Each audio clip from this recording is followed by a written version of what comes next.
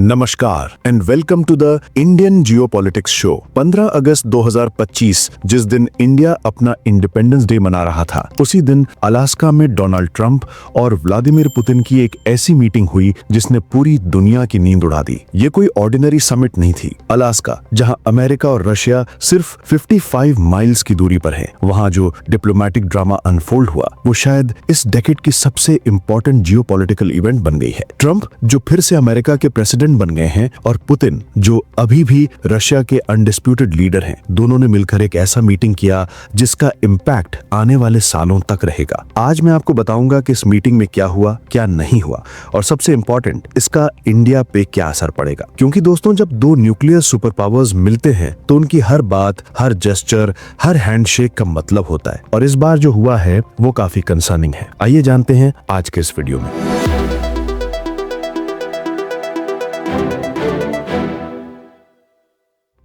दोस्तों, सबसे पहले लोकेशन की बात करते हैं। अलास्का चूज करना कोई कोइंसिडेंस नहीं था। ये वो जगह है जो हिस्टोरिकली एक टाइम पर रशिया का पार्ट हुआ करती थी। 1867 में अमेरिका ने अलास्का को रशिया से सिर्फ $7.2 मिलियन में खरीदा था, जिसे सीवर्ड्स फॉली कहा गया था। आज अलास्का अमेरिका का स्ट्रेटेजिक आउटपोस्ट है। पुतिन के लिए यहाँ आना सिंबॉलिक था, जैसे वो कह रहे हों कि हम वापस आ गए हैं। ट्रम्प के लिए ये न्यूट्रल ग्राउंड था, लेकिन पुतिन ने इसे साइकोलॉजिकल एडवांटेज में कन्वर्ट कर लिया। रशियन मीडिया ने इसे रिटर्न टू अलास्का नैरेटिव से प्रमोट किया। अब बात करते हैं कि मीटिंग की जरूरत क्यों आन पड़ी। दोस्तों, यूक्रेन वॉर फरवरी 2022 से चल रही है। हजारों लोगों की मौत हो चुकी है, लाखों का खर्चा हो गया है।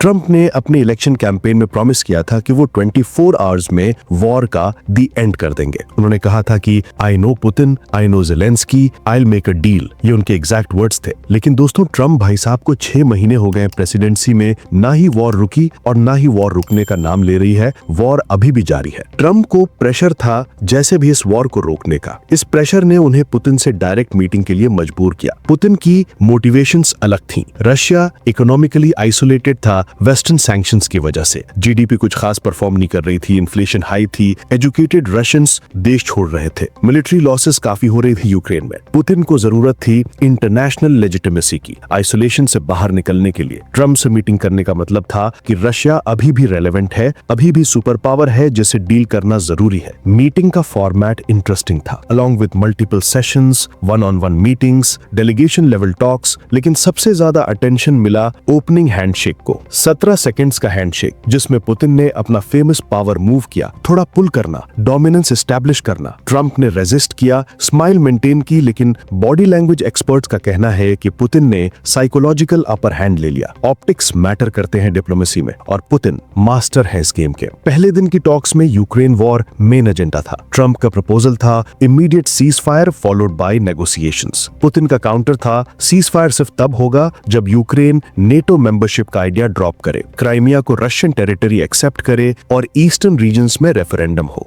बेसिकली पुतिन ने सारे डिमांड्स रिपीट कर दी। ट्रंप ने काफी कोशिश किया पुतिन को मनाने का, पर पुतिन अपने बातों पर अड़े रहे।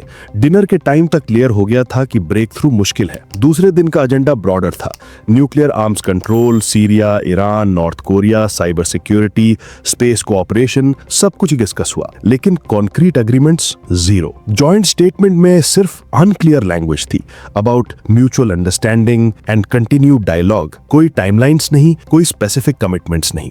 दोस्तों, डिप्लोमेटिक लैंग्वेज में इसे फेलियर कहते हैं, लेकिन दोनों साइड्स ने इसे सक्सेस बताया। पुतिन की पीआर विक्ट्री कैसे हुई, ये समझना इंपॉर्टेंट है। पहला, वो इंटरनेशनल स्टेज पर वापस आ गए हैं। आईसीसी वारंट के बावजूद, सैंक्शंस के बावजूद अमेरिका के प्रेसिडेंट उनसे मिल रहे हैं। ये सिग्नल गया कि रशिया को आइसोलेट करना इम्पॉसिबल है। दूसरा, डोमेस्टिक ऑडियंस के लिए perfect optics, Putin standing equal to American president, no concessions given, strong leader image maintained. तीसरा, यूक्रेन वॉर को लेजिटिमाइज कर दिया। अब ये डिस्प्यूट बन गया अनप्रोवोक्ड इन्वेजन की जगह। ट्रंप के फेलियर्स मल्टीपल लेवल्स पे थी। प्रिपरेशन वीक थी, पुतिन केजीबी ट्रेन है, डेकेड्स का डिप्लोमेटिक एक्सपीरियंस है, ट्रंप बिजनेसमैन है, उन्हें लगता है पर्सनल चार्म से डील हो जाएगी। प्री कंडीशन सेट नहीं किए। मीटिंग डेली ही पुतिन के लिए विक्ट्री थी। एलाइज को कॉन्फिडेंस में नहीं लिया। यूरोपियन पार्टनर्स सरप्राइज्ड और अपसेट थे। कॉन्क्रीट एजेंडा एब्सेंट था। क्या अचीव करना है, क्या रेडलाइंस है, क्या वॉकअवे पॉइंट है, कुछ क्लियर नहीं था। रिजल्ट प्रिडिक्टेबल था। यूक्रेन का पर्सपेक्टिव हार्ट ब्रेकिंग है। ये कंट्री लिटरली अपनी एग्जिस्टेंस के लिए लड़ रहा है। Daily bombardment, civilian casualties, infrastructure destruction और उनका बिगेस्ट सपोर्टर का प्रेसिडेंट एग्रेसर से हाथ मिला रहा है। यूक्रेन गवर्नमेंट ने डिप्लोमेटिक लैंग्वेज में डिसअपॉइंटमेंट एक्सप्रेस किया, लेकिन यूक्रेनियन सोशल मीडिया पर आउटरेज क्लियर है। बिट्रेयल, सेल आउट, म्यूनिक 2.0 ये वर्ड्स यूज हो रहे हैं। ट्रस्ट डेफिसिट क्रिएट हो गया है जो रिपेयर करना मुश्किल होगा। European reaction mixed but mostly negative थी। जर्मनी और फ्रांस जो ट्रेडिशनली रशिया से डायलॉग के सपोर्टर्स रहे हैं, उन्होंने भी कंसर्न एक्सप्रेस किया।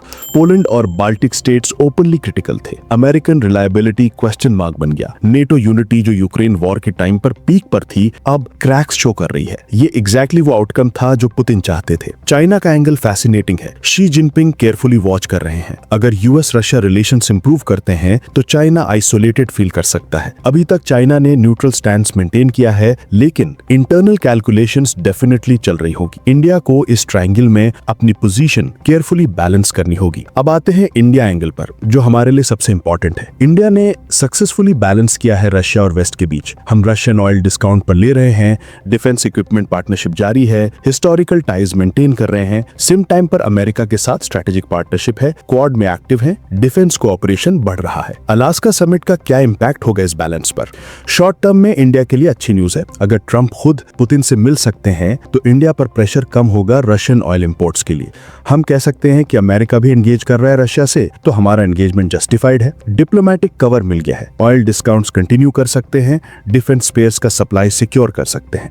लॉन्ग टर्म इंप्लीकेशंस कॉम्प्लेक्स हैं। अगर यूएस रशिया रिलेशंस इंप्रूव करते हैं तो इंडिया का लेवरेज कम हो सकता है। अभी रशिया डिपेंडेंट है एशियन मार्केट्स पर, स्पेशली इंडिया और चाइना पर। अगर वेस्टर्न मार्केट ओपन हो जाते हैं तो शायद डिस्काउंट्स कम हो जाएं, डिफेंस टेक्नोलॉजी ट्रांसफर में रिलक्टेंस आ जाए, स्ट्रैटेजिक ऑटोनॉमी मेंटेन करना चैलेंजिंग हो सकता है। वर्स्ट केस सिनेरियो यह है कि ट्रंप पुतिन डील में इंडिया के इंटरेस्ट कॉम्प्रोमाइज हो जाएं। फॉर एग्जांपल, अगर रशिया यूएस अंडरस्टैंडिंग में पाकिस्तान को कंसेशंस मिले, या चाइना को इनडायरेक्ट बेनिफिट्स हों, या फिर टेक्नोलॉजी ट्रांसफर रेस्ट्रिक्शंस आ जाएं, इंडिया को प्रिपेयर्ड रहना होगा हर सिनेरियो के लिए। डिप्लोमेटिक चैनल्स एक्टिव रखने होंगे, ऑल्टरनेटिव्स एक्सप्लोर करने होंगे, रीजनल पार्टनरशिप स्ट्रेंथन करनी होगी। मीडिया कवरेज पैटर्न्स रिवीलिंग है। Western media largely critical, Trump got played, Putin wins without conceding, diplomatic disaster, ये हेडलाइंस है।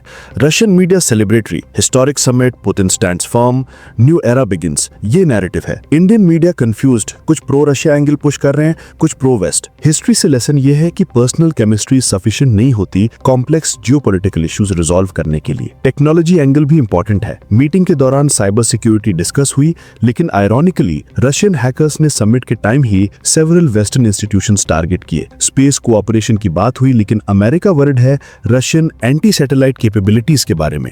रशिया चाहता है सैंक्शंस लिफ्ट हो जाएं, पाइपलाइन प्रोजेक्ट्स रिज्यूम हो। अमेरिका चाहता है रशिया एनर्जी वेपन यूज ना करे।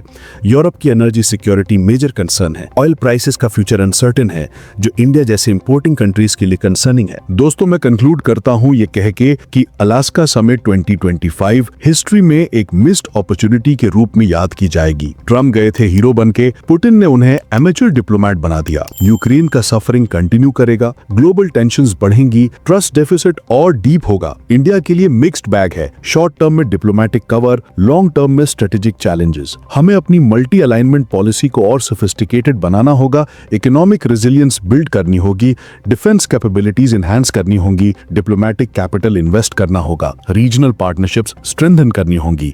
ये न्यू वर्ल्ड ऑर्डर की शुरुआत है, जहां माइट इज राइट का प्रिंसिपल वापस आ रहा है। बस जरूरत है क्लियर विजन की, कंसिस्टेंट पॉलिसी की और नेशनल यूनिटी की। डिफिकल्ट टाइम्स अहेड हैं, लेकिन इंडिया ने पहले भी चैलेंजेस फेस किए हैं और ओवरकम किए हैं, इस बार भी करेंगे।